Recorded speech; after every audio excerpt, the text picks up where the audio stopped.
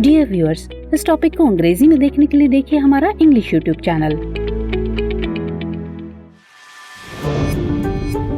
दृष्टि है इसके टू द पॉइंट प्रोग्राम में आपका स्वागत है।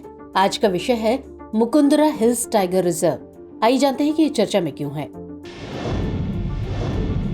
हाल ही में वन विभाग ने मुकुंदरा हिल्स टाइगर रिजर्व में जंगल सफारी की शुरुआत की है। चलिए अब जानते हैं मुकुंदरा हिल्स टाइगर रिजर्व के बारे में। ये राजस्थान के कोटा के पास चंबल नदी के पूर्वी तट पर स्थित एक संरक्षित क्षेत्र है। टाइगर रिजर्व के रूप में ये राजस्थान का तीसरा टाइगर रिजर्व है। राजस्थान में 2 अन्य टाइगर रिजर्व रणथंभौर और सरिस्का हैं। ये क्षेत्र 2 समानांतर पहाड़ों से बनी घाटी में स्थित है, जिसमें मुकुंदरा और गरगोला शामिल है। इसके अंतर्गत कुछ क्षेत्र आते हैं, जैसे मुकुंदरा हिल्स राष्ट्रीय उद्यान, दारा सेंचुरी, जवाहर सागर अभयारण्य और चंबल अभयारण्य का भाग गराडिया महादेव से जवाहर सागर बांध तक। मुकुंदरा हिल्स को 1955 में वन्य जीव अभयारण्य और 2004 में राष्ट्रीय उद्यान मुकुंदरा हिल्स दर्रा राष्ट्रीय उद्यान घोषित किया गया था।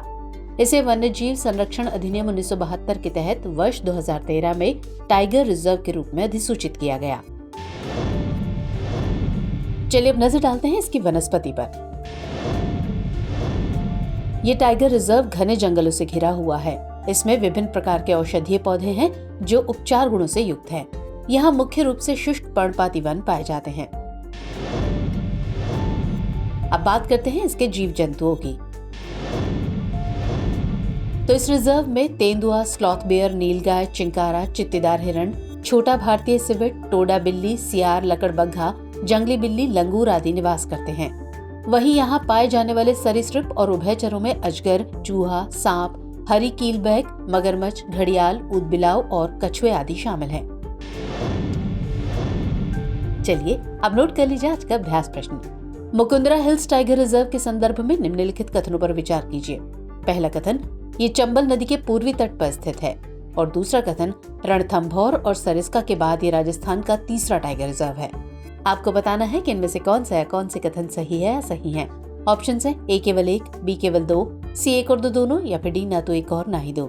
तो सवाल का जवाब कमेंट सेक्शन में जरूर दीजिएगा। हमारा एपिसोड आपको कैसा लगा ये भी कमेंट सेक्शन में जरूर बताइए। मिलेंगे अगले एपिसोड में किसी और खास विषय के साथ। तब तक के लिए जय हिंद।